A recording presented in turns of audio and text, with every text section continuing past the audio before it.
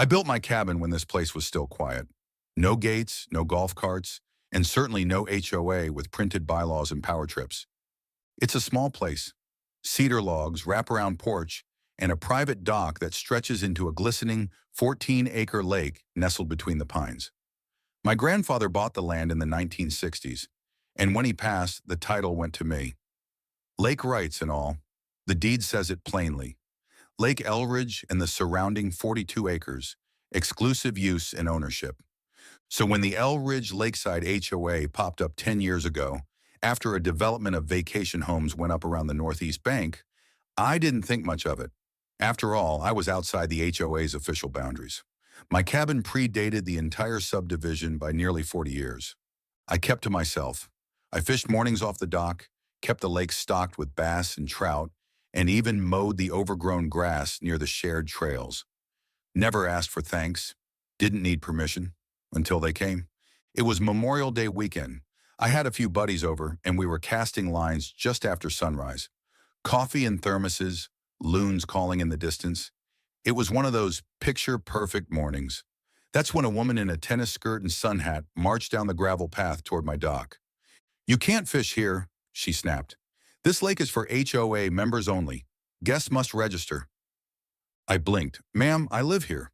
This is my dock." She scoffed and said, "Don't get smart. We've had complaints about squatters." That was the moment I stood up and pointed across the water. "You see that hill? The one your fancy clubhouse sits on? That's my land. Your HOA bought lots around the lake, not on it. The lake is mine. Always has been." She didn't believe me, of course not. 2 days later, I received an envelope duct taped to my gate. "Cease unauthorized fishing and trespassing on HOA-controlled waters." They also threatened to report me to county enforcement for violating community usage protocols. That's when I stopped being polite. First, I made a trip to the county registrar's office and pulled the original deed. It clearly outlined the lake as part of a private estate, mine. The newer subdivision plat maps confirmed that the HOA lots were adjacent to the lake, but had no legal claim to the water or shoreline. Then I had my lawyer draft a formal cease and desist, making it clear that they were the ones trespassing by constructing floating docks and benches without permission. I also added a warning. Continued interference would result in back billing them for 10 years of unauthorized use, plus damages. They didn't take it well. 2 weeks later, the HOA president, some guy named Brent with mirrored sunglasses and a Bluetooth earpiece, showed up uninvited. He tried to intimidate me with legal threats and fancy jargon until I handed him the original deed.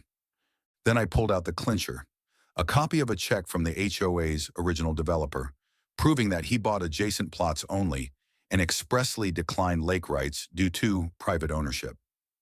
Brent went quiet. His hands shook a little as he folded the deed back into its envelope. "You'll be hearing from our counsel," he muttered. He never followed up. Instead, the HOA quietly removed 2 of their floating docks and replaced their website's description of private lake access with Lakeview lots.